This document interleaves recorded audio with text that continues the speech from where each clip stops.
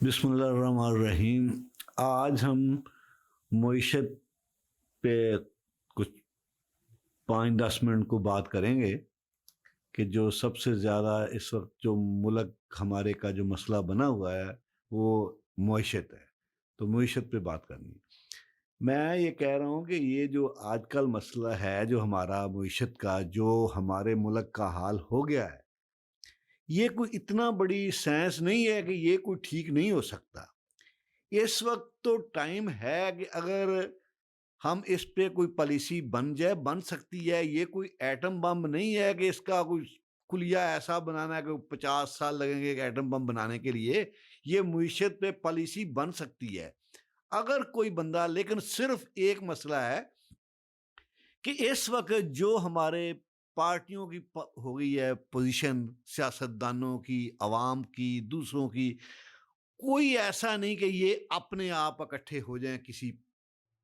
Policy के ऊपर के भी ये बना ले। सिर्फ इतना चाहिए कि कोई ना कोई बंदा जो स्टेक होल्डर है इतना तो कर सकते हैं कि वो इनको इकट्ठे बिठा दे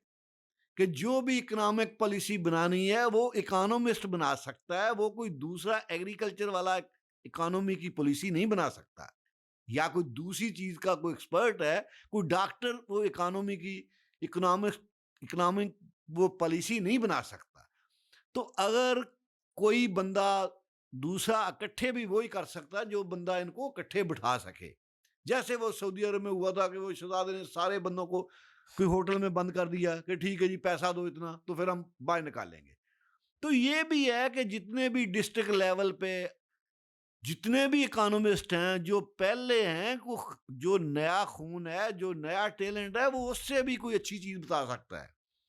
तो अगर डिस्ट्रिक्ट वाइज हम उनको कर दें कि जो भी टोटल एक्सपर्ट हैं पहले ऐसा काम किया जो पैसों के बगैर हो जाए, कि जो भी पॉलिसी है जो पैसों के बगैर पॉलिसी, पैसे तो हर कहता है जी पैसे लो तो फिर हम करेंगे, कोई ऐसे बंदे हम वो इकट्ठे कर लें जो टॉप के एक्सपर्ट हैं, जो इकोनॉमिक्स के टॉप के एक्सपर्ट हैं, उनको हम डिस्ट्रिक्ट लेवल पे हम उनको इकट्ठे कर लें। वो डिस्ट्रिक्ट लेवल पे उनकी डिबेट्स कराएं कि ये पॉलिसी या पॉलिसी किस तरह इस मुल्क को मुआशी हालात जो हो गए हैं कैसे इसको निकालना है, कैसे इसकी पॉलिसी क्या होनी चाहिए।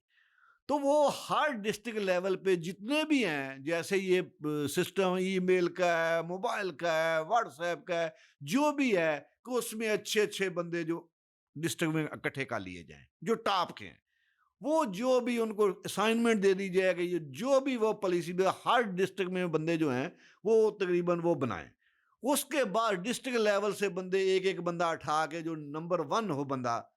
उनको उठा के अगर आगे बढ़ा लिया जाए तो जो भी स्टेक होल्डर हैं वो सारे इकट्ठे हो जाएं, पूरी कौम देखे उनको कि ये यार कौम के ये मफाद में है, ये पॉलिसी हम बना लो। देखो कोई भी एक पार्टी इस वक्त, वो एक पंजाबी में मुहावरा है कि किसी ने कोई शादी करनी थी ना, तो वो कहता है कि या नक रख लो तो या कख रख लो, जे नक रखिए तो कख नहीं रहिंदा, जे कख रखिए तो नक नहीं रहिंदा। मकसद ये है ये नक रखिए तो पैसा कोई शै पल्ले नहीं रहिंदी, सब कुछ उजड़ जाता, तो जे कख रख लीए तो नक नहीं रहिंदा। हुण ला लो इस वक्त जो पोजीशन है मुल्क की, जो पॉलिसी है, वो एक पार्टी अगर मुल्क के लिए पॉलिसी बनाएगी तो वो पार्टी नहीं रहेगी। अगर कोई मुल्क के लिए बनाएगा ना पॉलिसी कि मुल्क रह जाए, तो वो समझ लो पार्टी नहीं रहेगी, उसका वजूद ही खत्म हो जाएगा, पार्टी का वजूद खत्म हो जाएगा कि पार्टी नहीं रहेगी। अगर वो पार्टी रहेगी तो मुल्क नहीं रहेगा। ये मैं भी हूं, मेरे भी कौलो फेल में तजाद है, मैं खुद गलत इंसान हूं, बुरा इंसान हूं, कोई भी है पहले बंदा अपनी जात का सोचता है। ये कहने की बातें हैं कि जी सबसे पहले पाकिस्तान, ये पाकिस्तान सबसे पहले होता तो हम इसका ये हाल करते, ये गलत बात है। हकीकत को फेस करना चाहिए कि जो भी है कि पॉलिसी अगर एक को पार्टी नहीं बना सकती, एक तो है कि कोई एक बंदा इकट्ठे करने वाला हो कि जिनको जबरदस्ती वो इकट्ठे बिठा दे कि पूरी डिबेट्स हो, जो भी लगा लोगे जी, ये जो वजीर हैं जी इकोनॉमी के, जी वजीर खजाना के, जो भी पुराने मिनिस्टर हैं, जो भी इकोनॉमिक्स जो पढ़े हुए हैं, वो तकरीबन हर बंदे से ना उनको बिठा दिया जाए इकट्ठे कि बनाओ जी पॉलिसी क्या बनानी है, कि पूरी पार्टियों को मुतफिक कर दिया जाए कि ये पॉलिसी है, इस पे हमने चलना है, कि ये हमारे हालात हैं, इस पे हमने चलना है। ये टैक्स का देख लो, ये कौन सी इतनी साइंस है बड़ी कि जी 90% लोग टैक्स ही नहीं दे रहे, वो जो दे रहा है उसको और जूते मार रहे हैं कि तुम और ज्यादा दो। तो ये तो इतनी बड़ी सेंस नहीं है कि कोई ना कोई वो बना दें पॉलिसी के, ये है कि जिसमें एक साल में ही कि हमने डबल करने हैं बंदे, जितने पहले टैक्स दे रहे हैं कि डबल करने हैं। मुआशी पॉलिसी फिर ही ठीक होगी ना। तो बाकी है कि ये जो है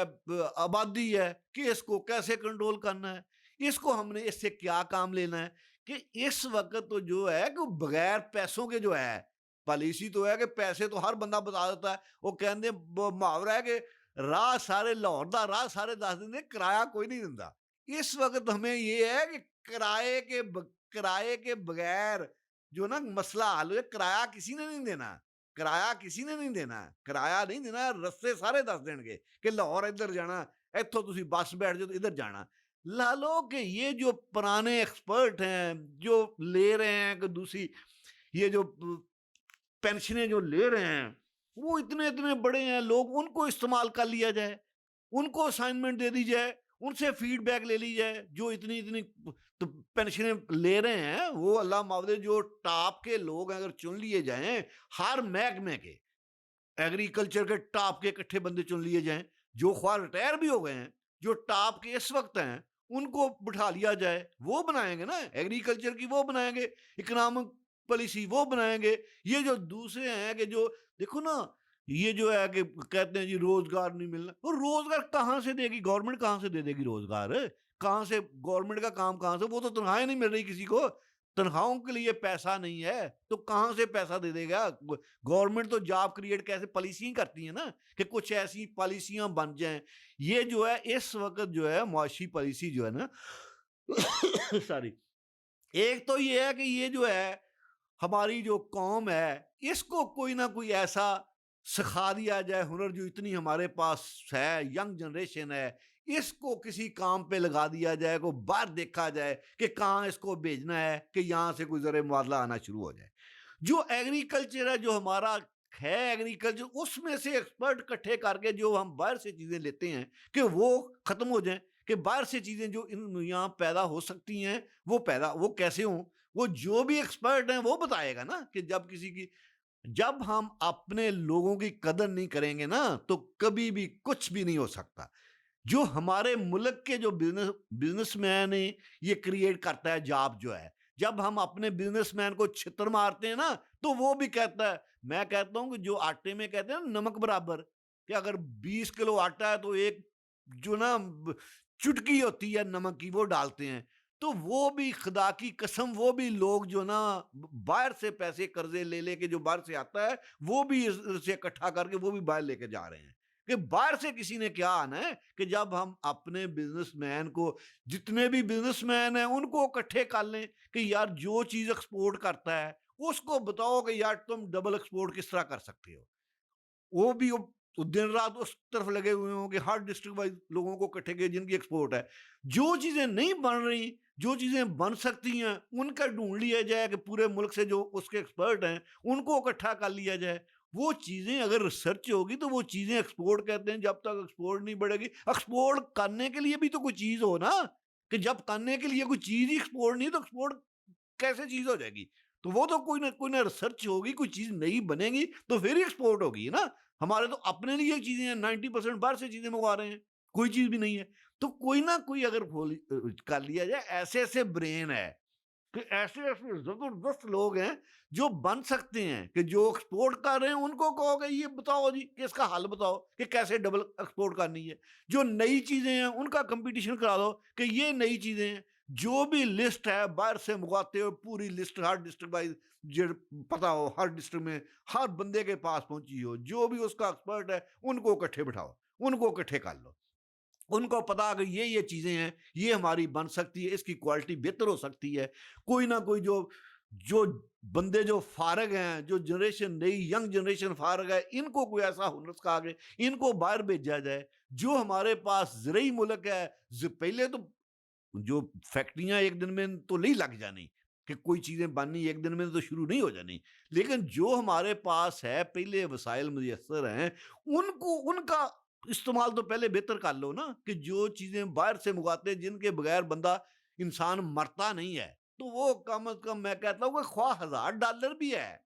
तो $1000 ही बचा लिया जाए, कोई 10,000 $50,000 भी बचा लिया जाए, कि जैसे कुत्ते हैं कि इंसान को तो खुराक मिल नहीं रही, इंसान तो मर रहे हैं, तो कुत्तों की खुराकें बाहर से आ रही हैं। तो ऐसी कौन सी चीज है कि इस पे पाबंदी लगाने में कौन सा ऐसा मसला है? जो चीजें हम अफोर्ड बन सकती हैं इधर, ख्वाह उसकी क्वालिटी को 30% भी हो, 20% भी हो, तो वो खुद ब खुद इंप्रूव करेगा। जब उसकी क्वालिटी उसको कहोगे कि ठीक है यार, बाहर से हमने ये चीज मंगवानी छोड़ देनी है, इसको करो भी, इसको दो कर्जा, इसको बैंक जो भी है, कि अगर बाहर से कर्जा लेके देना है तो कम से कम वो तो ऐसी चीज होगा जो हम कर्जा भी वापस कर सके, हमें वो एम्प्लॉयमेंट भी मिले, वो एम्प्लॉयमेंट भी लोगों को मिले। तो कोई ना कोई जो है ना, ये एक जो मुआशी हालात हो गए हैं, अगर इसको जिस पे जल्दी जो हमारे कंट्रोल में है, कि जैसे ये एग्रीकल्चर है, इसकी यील्ड वगैरह जो बाहर से चीजें खाने को मंगवा रहे हैं, वो देखा जाए कि कैसे बन सकती हैं। जैसे ये ऑयल का इतना बड़ा